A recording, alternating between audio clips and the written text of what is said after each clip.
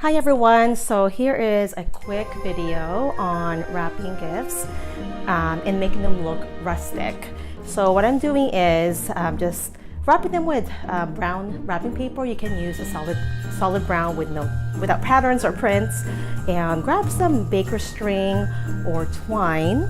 If you have a herb garden, you can pick out your own herbs, or you can go to the store and just buy them in packs.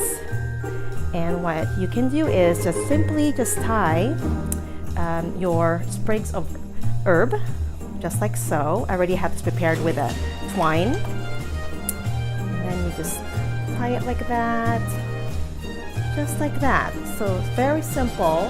Look how neat that looks. I think they look really cute and elegant at the same time, and rustic. So let's take a look at the one with the red baker string. So I'm going to use some thyme on this one. You can even grab some cedar tree cuttings or fir tree, so you can do that as well. You don't have to use just herbs. If you don't have any herbs, if you have any other plants, you can use those. Isn't that neat?